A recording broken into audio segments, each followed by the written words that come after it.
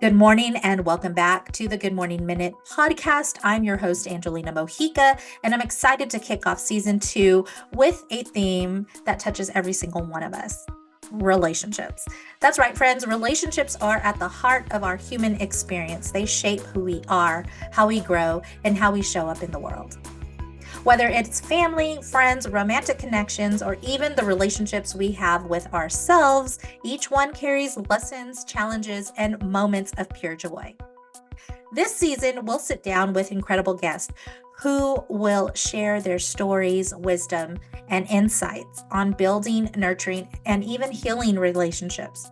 So grab your coffee, settle in, and let's dive into conversations that inspire connection and growth.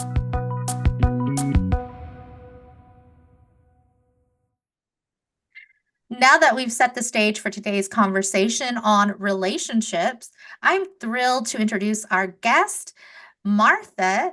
She brings a unique perspective and wealth of experience to the table. I know her insights will leave you feeling inspired and equipped to navigate your own relationship with more intention and understanding. Please join me in welcoming Martha to the Good Morning Minute podcast. Welcome, Martha. We're so excited to have you here. Thank you, Angie, and I am very excited to be here. Thanks. Absolutely. Well, let's get started. Why don't you introduce yourself and just tell us a little bit about yourself and what drew you to today's conversation about relationships? My name is Martha Burich, and that was my married name. My husband died in 2008. We were married 25 years. And what brought me to relationships? Life is relationships. You really, too often I see on Facebook and other places that people say, the reason I love my dog so much is people are trouble, people are aggravation, people are just, are too much for me to concern myself with. They're so negative, etc. Well, then that limits our lives. When all we see is what people do wrong, people do 1,000 things right every day, including you, including me, but we don't notice those. Let me tell you this story. I just saw a post on Facebook. A woman was complaining about her dad, that she thought he was abusive, said mean things to her children. Well, but she lived with him. He was kind enough to open up his home to her and her children. So he can't be a monster, So I said, well, maybe you need to look at what your dad does right every day. And you know what? At the very least, why don't you try this? Good morning. I'm happy to see you. To everybody. In fact, look in the mirror first thing in the morning. Good morning. I'm happy to see you. Almost like, almost like changing the lens of perspective that you're looking through.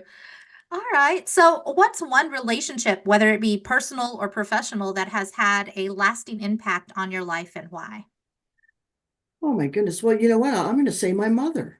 My mother was a wonderful woman. And you know what happened to my mother? She was born in Italy. She came to America when she was 10. Now, back then, she was a 10-year-old who spoke only Italian, didn't speak English. They put her in a kindergarten class. So there she was, this giant with all these other little children.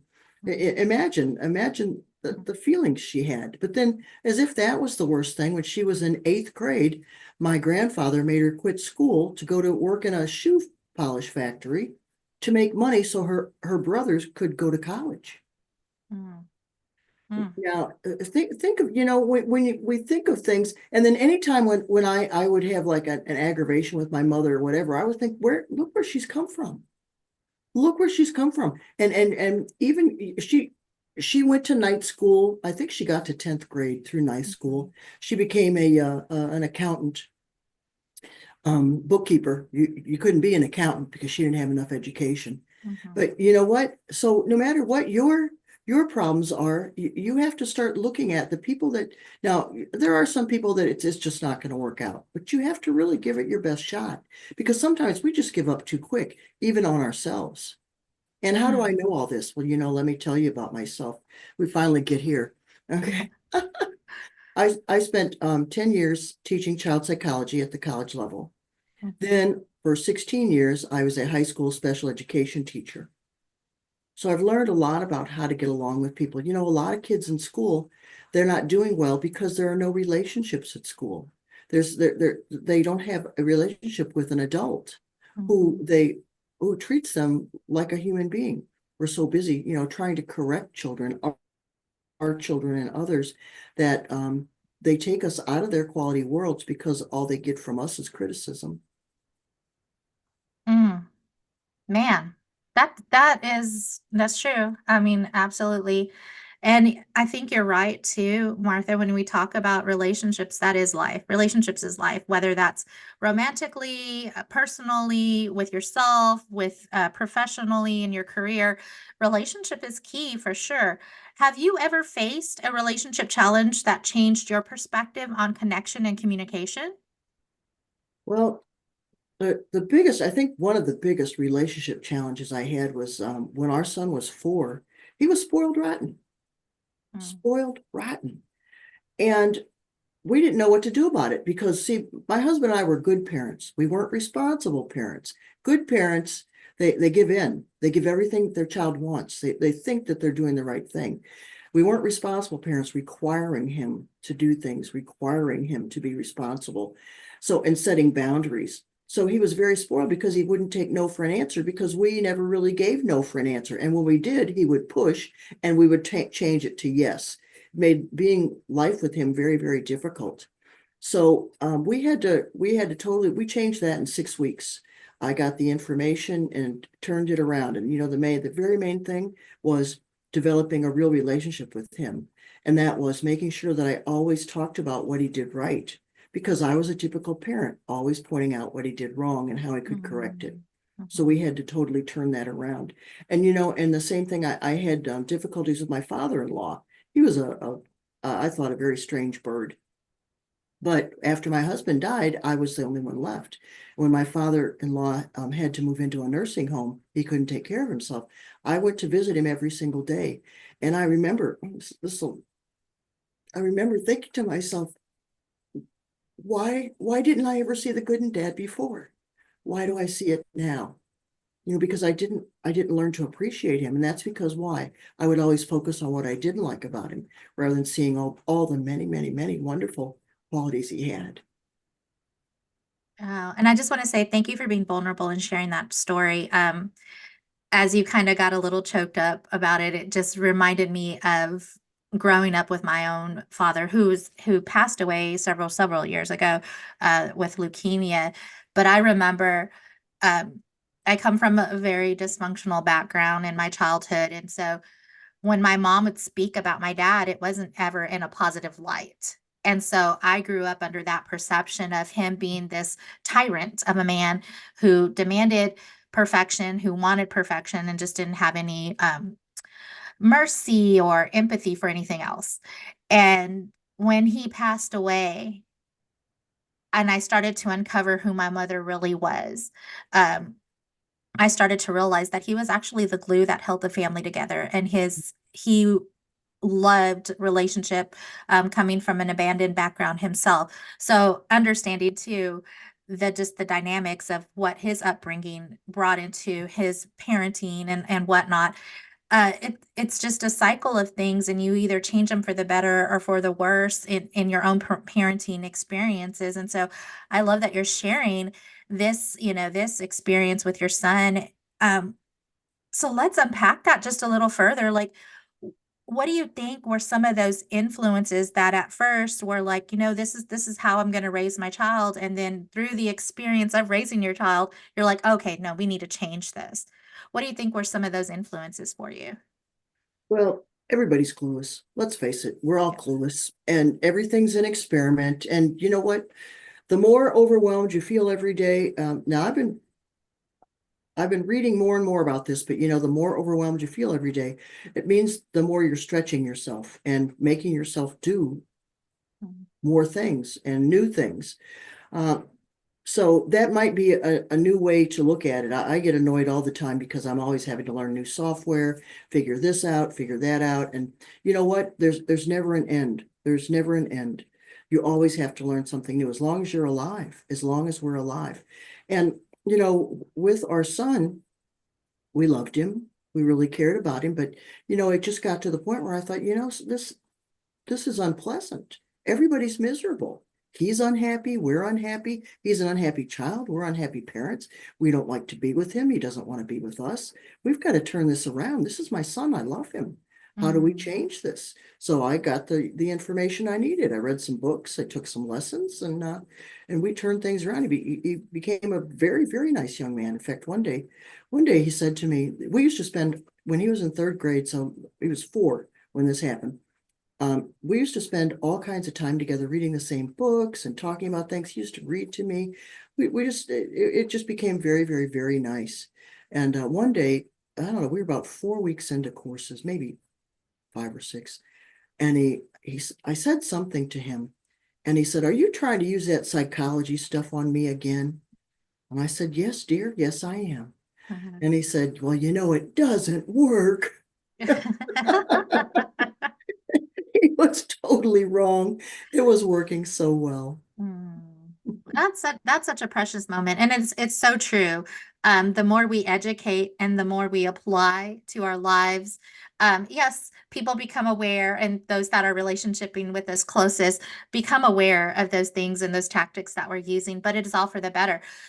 So let me ask you, Martha, what role do relationships play in someone's overall happiness and growth? Okay, and I want to go back for a minute to what you Sure. talked about with your dad. Yeah. That is, you were a child and your Mhm. mother was telling you things that you had no way to know what the truth was. It was only when you got older and were able to actually watch your dad, see your dad, to Mhm. realize that, wait a minute, I'm not sure what my mom told me was right. And this is a really important point. If you're divorced or if you're separating or you're mad at your spouse, keep your big mouth shut. Your Mm. children don't need to know that or hear Mhm. that unless there's abuse. In fact, here's another thing. I just read a woman got really mad at her husband because the child was really acting up and he gave it a swat on the bottom, one. Well, then they Mhm. had a big argument in front of the children. Well, which was worse? A small Mhm. swat on the bottom or a gigantic argument where mom and dad are aggravated with one another and it goes on and they have a big fight? I think maybe a small swat on the bottom is not that big a deal. But we have to start, we're the adults. We have to think about these things. Children don't put your children in the middle. Too many divorced people, they'll say, well, what's happening at your dad's house? Who's your dad's new girlfriend? What did you do over there? Blah, blah, blah, blah, blah. And then the child knows that they start thinking, well, what does mom say about me when I'm not here? What does dad say about me when I'm not here?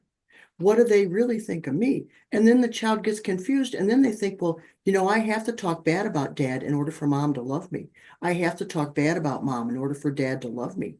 These are very confusing thoughts for children. And then they constantly think that they have to be on somebody's side because they're afraid that they're going to lose love. Because this teaches them that love is not infinite, love is finite. There's only so much love to go around, which is not true. So Mm. really, really, really, if you want to criticize somebody, keep it to yourself. Keep it to No, yourself. yeah, you're absolutely right. And I will say, having adult children now and going through broken relationships, that was a key component for myself when I was co-parenting. I was not going to be that hurtful to my children like my mom was to me. Like I mean, it spoke enough to me to say, I need to change this. This is not a cycle I want to continue. So I appreciate you going into that because it's true. Divorce is between mom and dad. It's not between the children. And pitting them against mother or father in those moments doesn't help the child at all for many reasons, and it creates more trouble as far as identity and perspective and just self-worth when it comes to the child. They struggle in understanding, like, okay, I can't be my authentic self with my mother or my father because it makes them upset. And yeah, so I've seen that play out in other people's divorces and relationships and things like that. So I appreciate you bringing that to the table for sure. Um, and so just to kind of go back and circle back to the question I asked as we talk about relationships, the role of relationships, what does that play in someone's overall happiness and growth? You know, that's such a really, really good question because we have to make a decision every day. We go Mhm. to work and we have to be with certain people. A lot of people say, if they weren't my family, I wouldn't have anything to do with them. Well, they are your family, Mhm. and you do have to deal with them at certain times. Usually, I found the best way is to keep my opinion to myself. And there's no reason to get in a big argument. If they want to talk and talk and talk, oh, that's very interesting. That's nice. Or here, let's give some other examples. Let's say you have a relative who's really a big health nut, and you love donuts, and I they're do. I always love going donuts. on. And they're always going on and on about good health and blah, blah, blah. And, you should eat more fruits and vegetables. And they see you eating a donut and they give you trouble. You're getting a little pudgy there, aren't you? Don't you think? Blah, blah, blah, blah, blah. Uh, Mhm. well, okay. The truth is the truth. Don't defend yourself. Well, you're right. Exactly. What do you do to stay so slim and trim? Just keep your mouth shut and ask them what they do. That's all they really want to do anyway is talk. So let them. And you can get some more information. Smile and go, oh, that's very interesting. Oh, I never saw it that way. Oh, gosh, how do you get up and go to the gym every day? Oh, isn't it too cold? What do you do to get yourself out in the cold? Ask questions. Learn something. Stop trying to always be the one who talks. Be the one who listens and learns something. And then, you can let it go. Because if they said to you, you got green hair, you'd be like, you're nuts, man. What do you mean I got green hair? What are you, blind? That wouldn't bother you at all. But when they say you're pudgy, you're irresponsible, you're a bad mother, you're not a very Mhm. good father, well, then, boy, then we're getting all upset because why? Because we have a doubt in our own mind. Well, you know what? Nobody's perfect. If you want a robot, I don't know, even robots make mistakes sometimes, I'm hearing. But you know what? I'm human. I do the best I can. And guess what? Sometimes my best just ain't good enough. But I keep Mhm. trying. That's really the Mhm. bottom line. Anybody who's been on a diet, please. Anybody who's tried to stop smoking, tried to stop anything, tried to start exercising. It's Mhm. two steps forward, one step back. Just as long as you don't quit, you're gonna be fine. And I really do like that perspective because you're talking just the under message of knowing yourself enough to sit there and go, okay, like let's be emotionally intelligent enough to know that this is a trigger for me. So let me take the focus off of me by asking other questions. And I love that because it's redirecting that attention in that relationship. Okay, well, tell me what you do to stay so trim. Tell me what you do to work out. What does that look like for you? What's your motivation behind that? And it helps us not be defensive because we do. You hit those points in within us that are doubts in our own mind. Yeah, we're going to Mhm. get defensive because, like you said, we are already doubting ourselves, and then just to have someone else come out and affirm that doubt within us, it does. It makes us defensive. But the more we know about ourselves, the less that becomes a trigger for us. So, can you talk a little bit more about that, Martha? Right. But the basic is people want appreciation. They want attention and appreciation. And people do anything for attention, especially children. So if they have to act out, act terrible, act bad, they'll do it if that's going to get them attention, if they don't know any other way. So a lot of times we shoot ourselves in the foot because we only attend to our children when they're misbehaving. Stop it. Put that away. Pick that up, blah, blah, blah. Don't run. Don't run. Don't run. No, no. Why don't mom get up? In fact, I'll tell you this story. Years ago, I think Anthony was like 8 or 9, and he went to Mhm. a little friend's house that he played softball with. What do they call it when they're small? Little league. Okay. Or yeah, Well, little anyway, league t-ball. Yeah. right. So I came to pick him up from this woman's house, and she's talking to me, and she goes, these children just drive me nuts. And in fact, when they got here, they were making so much noise. I had to tell my son, honey, go get me my Xanax. I just can't handle it. And why am I telling this story? I don't know, but that's non-acceptance. And then the children feel like, oh my goodness, I'm a burden to my mother. I'm a burden. So Mhm. I don't know where I'm going with that story. Obviously, somebody needed to hear it. That's why it came to my mind. So I like that you're bringing up this story because I work in child welfare. I've done so the past 12 years. So I help foster parents with foster children, and that within itself, you're parenting some child that you have no history with. But Mhm. we tell them that the behaviors they see is because there's a need not being met. So what do we need to do to identify that need that they're seeking out, through whatever behaviors? And then we also teach them, like, if you want to redirect a behavior, then focus on the behavior that you want repeated. So, hey, Mhm. way to go. I saw that you pick up your shoes. That's nice, and not only recognizing the good, right? And really shifting that perspective. Like you talked about it, like you mentioned this in the beginning of this conversation. When you shift that perspective to the things that you want to see, the things that you want repeated, that affirms for the child, oh, this is what I'm supposed to be doing. This is what it's supposed to be to look like. And not only that, but the more I do it, the more confident I become, the more Mhm. self-aware I become, the self-esteem starts to grow.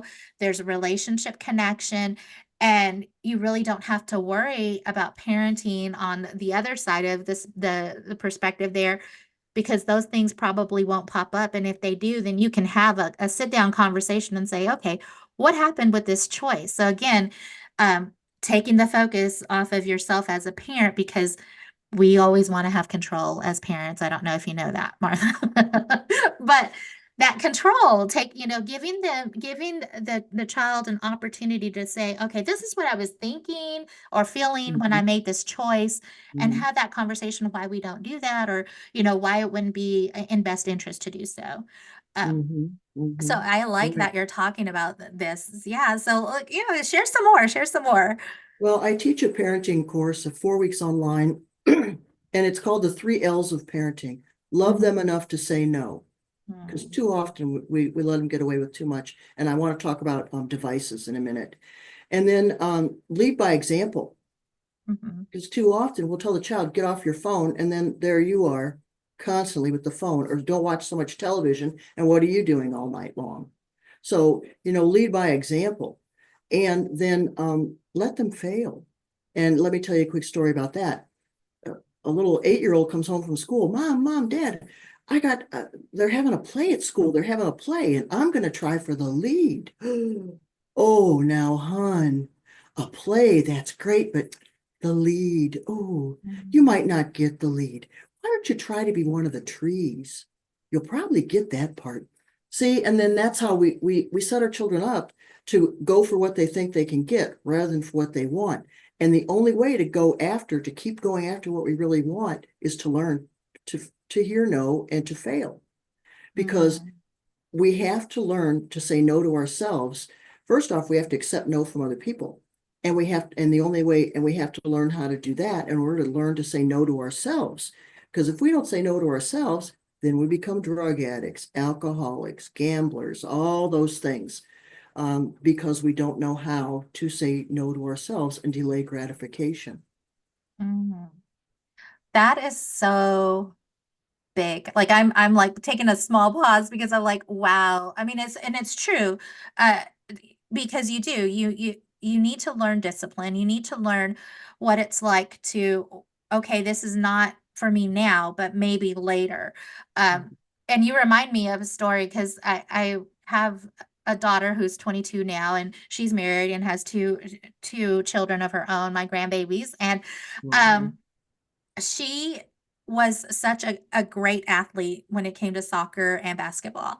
So much so that, I mean, she would literally just walk onto the team. But as she got older, and I would tell her, look, you've got to start really focusing on your skill set, because there's always that person that's hungrier, that's going to come up behind you and maybe even surpass you if you start relaxing in your discipline efforts. And sure enough, she doesn't. I'm her mom, so what do I know, right?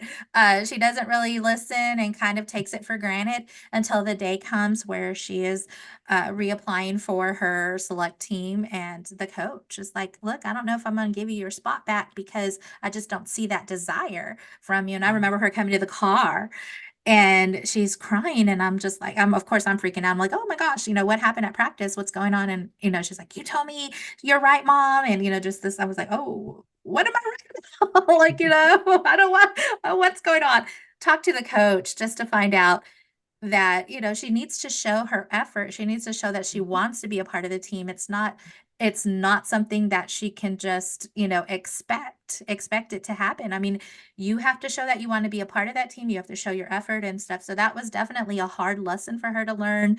But I know as a parent, I would step back at times and go, okay, natural and logical consequences, you've got to step in because that's the best way for Right. them to learn. And that's difficult. And Michael Jordan, the greatest basketball player of all time, he got Mhm, kicked off his high school team. They told him you're just mhm, not good enough. And the same thing, his parents said, well, you're going to have to practice, mhm, and that's what he did. He got up early, he started practicing every single day, and look what happened. So yeah. So sometimes exactly what you said, natural and logical consequences take over. And we have to let our children fail, because if we don't, they aren't going to learn. And the greatest salespeople know that they have to hear no, no, no, no, no, no. The average sale is 10, let's see, 9 no's, one yes. And let's say you sell Boeing 747s. You don't have that mhm. many customers, do you? No, you don't. No, you You know, don't. you got to see the same guy every year, every year. Hey, you need a plane? No, we don't need a plane this year. Hey, next year, you need a plane? No, we don't need a plane this year. Hey, aren't your planes getting old? Yeah, but we're going to try to get them to last a little bit longer. This could go for years and years. And then comes year 10, and the guy says, well, we need 10 planes. Mhm, You have to learn to hear no. And sometimes you have to hear it from the same person, so you hear whatever, but you have to realize that no is just a part of life. But your thing is okay, you said no. How do I get to yes? Do I need to ask somebody else? Do I need to ask you again and again and again? How do I get to yes? Because if I really want something, I can't take no for an answer. I've got to figure out how I'm going to get a yes. That's another mm, thing too, because too many of us give up at the first no. No, no. And then you start reading the biographies and stories of like really great actors and actresses. What did they do? They dressed up like the character and went to the same restaurant that the director was going to be at. mhm, mhm, They just do like crazy things to get the job. They write letters. And people don't realize that you have to go out of if you really want something, you just can't sit around and wait for somebody to pluck you out and go, oh, hey, you're fabulous. No, you got to take risks, and you have to show people that you're the person for the job. I go to the jail. I work with addicts and alcoholics. I've been going to the jail, volunteer every week for more than about 3 years now. Anyway, I tell ladies at mhm, the jail, look, it's going to be harder for you to get a job, but it doesn't mean you're not going to get one. And you don't have to take a job you don't want. You might have to for a short time, but if there's a job you really want or a person you really want to work for, you got to write letters. You write mm, a letter and you tell them the truth. You find the person that owns that company. You write that letter and you say, you know what? I will be your most loyal, trustworthy employee. I said, if you mean it, if you really want it, mhm. because they'll be blown out of the water. They'll be like, whoa, I'm going to give this girl a chance. You know, Yeah, yeah, they're also, absolutely. Go ahead. yeah, well, they're also going to hear no, but they're used to Mhm. that. Yeah. Well, and you're talking about making them like love them enough to say no in this topic in that relationship. How do you parent through the no's? Like how do you continue to keep the connection in the parent and child relationship? How do you keep the trust there when you're parenting them through the no's? Right. This is a really difficult thing. Let's say the kid's 15 and take out the Mhm, garbage. Oh, I heard a really good story about this. So it's like, take out the garbage later. I'll do it later. mhm, Mm. All right. Here's what one mom did. It was snowing too. He kept saying later, later, later. Well, she woke him up at like 1, 2 in the morning because the garbage had to be out. And she said, it's later. That's pretty drastic, but sometimes you have to do a drastic thing. And mhm, there are some no's we can't accept, but we have to learn how to deal with them. You can't just grab a child's device. Let's say the child is playing on the device too much. They're not doing well in school and they're spending too much time. You can't just grab their device and unplug it. No, you have to find a time when things are good and not at the dinner table. Do not discuss negative things while you're eating. mhm, Say we're going to have to talk about this. We're going to talk tomorrow at such and such a time. And both of you be calm. And then you say, I'm really concerned. your school isn't going good, you're on this so often, blah, blah, blah. Is there something we can do about it? And the child will probably admit, yes, I'm concerned myself. So then you can have a conversation. And then you can even say, well, I'm concerned myself too, because sometimes I scroll on Facebook and I can't stop. So maybe we can work together to help each other. That's always the best way to help each other. And for you not to, it usually works best if we don't come off like, well, I could do that easy. Why can't you? Nobody wants Oh, to do that. Nobody wants to yeah. do that. Well, I don't have a problem with donuts. How come you do? Okay, Right. get out. It's such a, and you know what? That's so true because I have to stop myself when I'm functioning in a leadership role at work or whatnot and go, if I don't understand because if I can do it, why aren't they doing it? That's my private conversation with myself. But Yeah. I have to, when engaging and when building trust on a team level, I have to make sure that I understand their needs and their perspective because they are not me. So they don't have the same skill set as I do. And so Mm, it's going to be a very different situation. So I understand that. Same thing with parenting, and I like how you're having um, dinner discussions. It's not, hey, I'm the parent and you're going to do what I say. Uh, raising three kids into their adulthood, that's never worked for me at all. I have children that are very opinionated, that have they're very confident in being able to express their feelings and whatnot. That anytime I was like, well, try to pull the mom card, I'm the mom and this is what I told you to do, it would always backfire for me. mm, So I decided early on that I'm not going to do that. I'm going to have a conversation. Let me tell you the why behind the reason. And, whether that's they're a teenager and they want to go hang out with their friends, it's a mm, party and all of these things are mhm, happening. Let me tell you why it's probably not a good idea and why I'm going to not give my permission to do so. And just kind of having them see from my perspective and then allowing them to feel what they feel too is mm, okay because that's how you build trust and that's how you keep connection. mm. And I remember when a consequence would happen, and my daughter, who's the most dramatic, imagine that, a female, no, she's a female, but my sons would very much, just be like, okay, mom, and work through it. But my daughter, who is the one that would like to push back the most, she would be like, well, I'm just, it's not fair and blah, blah, blah. And I said, I understand that you're angry with me and that's okay. You can be angry with my no. You can be angry with the lack that I'm not going to give my permission for you to do so.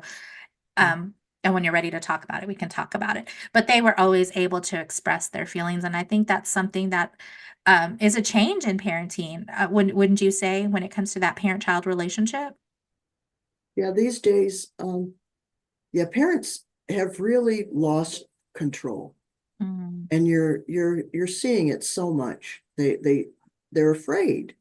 They're afraid to be parents. And that's because nowadays it seems like there's so many repercussions. And also, it's always been no matter what a parent does, they're wrong. At least I think since the 70s.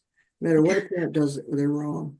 And so you really have to develop really thick skin as a parent and let people say whatever they say because they're going to anyway, no matter what you do. No matter what you do, you're wrong. Let's face it. You mm, don't let the child eat sugar. Oh, what's the matter? You can't have a couple of M&Ms once in a while. You let the child eat sugar. Sugar's terrible for them. Why do you let them eat so much sugar? Blah, blah, mm, blah, blah, blah. Just same thing. You go, oh, well, thank you so much for letting me know. I appreciate the information. How do you mhm, handle it? Well, just get information from them. Don't defend yourself. Just go, oh my goodness, how do you handle it? What do you do? And then get your information and let it go. Stop being defensive. Being defensive is what's stopping you from growing and you from learning the things that you really need to know to improve your own life because nobody cares. Nobody mm, cares. You can, stop defending yourself. I had a boss one time. I used to be, oh, I was so defensive. And this is something you learn as you grow. I was mhm, so defensive. And then I was listening to I went to a workshop from Jack Canfield, the guy that wrote Chicken Soup for the Soul. mhm, And he's also the one who endorsed my book. Yes, you can raise happy, responsible children. But anyway, so Jack said, don't be defensive. And in fact, if somebody corrects you, say thank you. I was like, oh, what? So anyway, so I make this mistake at work and the boss corrected me. And he goes, Martha, you did this. And, I wanted to start crying, of course, because I was but you got to grow through these things. So I thought, mhm, okay, well, I'm going to try this. So I said, wow, thank you so much for showing that to me. And most people wouldn't even notice. And he was like in total shock. Nobody had ever not been defensive, you know? And he Mhm. said, well, that's my job. And, you know, and I thought to myself, see, Martha, the world didn't end, did it? You just got criticized. You made a mistake. Oh dear. Oh my Mhm. goodness. But for me, making a mistake was like, oh my goodness, I made a mistake. Life's over. No, I get that. And it's so true. Once we set our ego aside, we are open to receiving that feedback. And I've had some harsh lessons to learn too in my lifetime as well. Uh, okay, so you also, so not only was it loving them to say no, but also leading by example. Mhm. How important is that in the relationship with your children to be the example? Well, if you're going to tell your kids not to take drugs and do alcohol, and you're a drug addict and an alcoholic, there's a problem there. If Hmm. you're going to tell your kids not to smoke cigarettes or the other stuff, which is legal now, uh, and you do it, there's a problem there. You know, It- if you want your children to act a certain way and you don't watch, you know, you shouldn't be watching so much television, you shouldn't be on your phone all the time, and you're always on yours. How can you expect your children to be better? You know what? We should keep the house clean, and you don't wash the dishes, you leave dirty dishes in the sink. How can you expect your children to follow through? You know, my brother and I we were military kids. Both Hmm. our parents were in the military. Our father was an Air Force captain, and our mother was a WAC, Women's Army Corps. Anyway, he and I both make our beds every morning, and we never go to bed with dishes in the sink. Now, I don't know if that's, you know, a military thing. I suspect it is. I think Yeah. so, Martha, because my dad was military, ex-army, and I feel like that was my upbringing too. Anyways, I didn't mean to Okay, we'll interrupt see, you. but those are good. But Yeah. no, that was, you know what? They were good examples of that. They were very good examples of that, of keeping Hmm. things clean, keep being organized, you know, not leaving a big mess all around. So if you're going to tell a child, pick up your toys and you leave your shoes everywhere and your dirty socks and whatever, what do you expect? You aren't demonstrating, modeling. You aren't modeling. So we need to be better models. And how many people do you know that they're always flapping their jaws, but they don't have any behavior to back it up, Mm, right? that's true. So what happens to the parent, let's say, that maybe was doing these things that weren't, that don't lead to a productive life? And they start later in life, mid-parenting, changing who they are, changing their mindset, attitudes, and behaviors. How Mhm. do they address their children when they start seeing those things pop up in their lives? Yeah, well, you know what? You really have to be very careful Hmm. with someone else's addictions and problems. I mean, you can say, I'm concerned. This worries me, but Hmm. I'm not sure, and you can make boundaries. Do not come to my house if you've been drinking. Do not come to my, you know, you may not smoke in my house. You may not, you have to set boundaries. But they say that one of the biggest problems that addicts have is that everybody turns from them. And it's so understandable because depending on how bad the addiction is, they're thieves, con men, liars. You can't trust them. So you have to really make a lot of boundaries. You know, if you let your child that you know is a thief come to your house, make sure you have locks on all your doors. Do not leave your purse out. But you can't completely divorce your.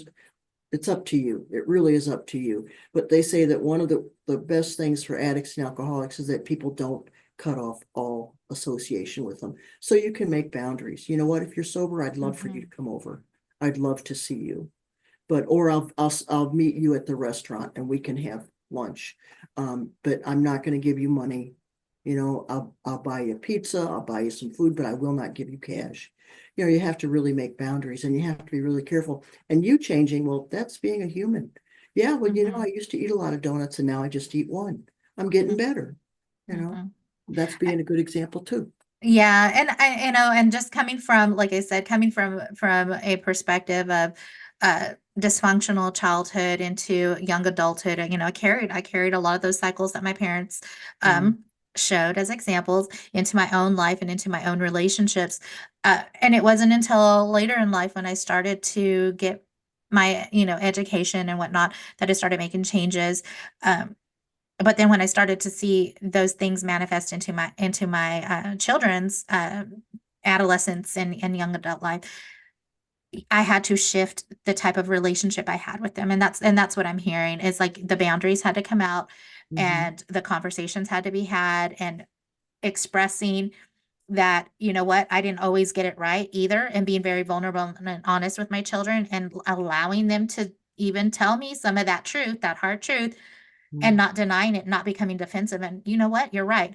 That did happen in my life. You're absolutely right, but it doesn't have to happen in yours. And I'm just here to help you not go down that path. And so, you have those conversations with your kiddos. Okay, what was the last L in the three L's of parenting? Let them fail. Let Let them them fail. fail. So, and that means, because so often we we don't want them to be disappointed. Oh, honey, don't do that. You might be disappointed. Okay, Mm, okay. You know what? mhm, I'm disappointed if a cake doesn't turn out right. All right. You know, there's a gazillion disappointments every day. There's snow in the road. I'm disappointed. Okay, so move on. Move mm, on. This doesn't work. All right, how am I going to make it work? What am I going to do? You can't keep saving your children from disappointment. You can't keep moving them from one place to the other, trying to solve problems that they need to solve themselves. I mean, there's one thing about helping, giving them some help if you think that'd benefit, but you can't mhm, do it for them, and you have to let them fail. Just like you said, your daughter. What did the teacher? What did the coach say to her? It's obvious you're not working out. You're not mhm, practicing. This mhm, isn't the big deal in your heart like it is in other people's, and it shows. So, mhm. a lot of times we fail. Why? Because we didn't work at it hard enough, because we didn't give it enough, because it doesn't mean that much to us. So if you're constantly trying to save your children from being disappointed, um, Yeah, you're no, always. yeah, and that I think for me, um, as a parent, coming from the childhood that I came from, I wanted to um, cushion them from those things, but in reality, you're just setting them up for failure again. Like, you're like let them fail. If you allow them to work through the mistakes as children, you're there to help guide them. You're there to help redirect them. You're there to help motivate them and encourage them to continue to try. Whereas if it's later on in life, those consequences to the choices they make and the mistakes they make are on a grander scale. So do it now while they're young so that when they become adults, they're confident in their decision making and they understand how to work through um, all of the narratives that may populate under this decision that they have to make in order to make a informed decision, one that's going to get them the outcomes that they want and not have to worry about big consequences or things like that. So I love everything that you're saying, Martha. If there's one piece of parenting advice you could give a parent that's out there listening, what would that be? Stay calm. And if you can't stay calm, remove yourself. Say, you know what? I'm so upset. We can't talk now. I'm going to go in my room. I'm going to chill out. I'm a whatever, because if you're not calm, you can't get anything done. And you need to model calm for the child. That's why you should never, discipline or do anything when you're absolutely in a rage or really mad. You have got to absolutely get control of yourself, because if you don't, you're only modeling getting out of control, and you're modeling that it's acceptable to be out of control, and it's not. Hmm. Such good advice. It really is. Take a time out. You put your kids in time out, take a time out for yourself too. Yeah, get yourself regulated emotionally so that you can have those conversations and be receptive to whatever feedback that your child has to give you. Um, Martha, if someone wanted to get in touch with you outside of this podcast, how can they do so? See, LinkedIn, Martha Burich on LinkedIn, Facebook, Martha Burich. You can go to Amazon for my book. Yes, you can raise happy, responsible children. It's just 60 quick pages, little bullet points, what you do at the grocery store, what you do, if they won't put their seatbelt on, little things like that. Let's see. And then I have a website, marthaburich.com. So Awesome. and then my email's there. So you can get a hold of me all those ways, LinkedIn, Facebook, or my website, marthaburich.com. Wonderful. Well, it was such a pleasure, Martha, to have you on the show. And everyone out there, I am Angelina Mojica, your life coach, sending you much love, much peace, many blessings.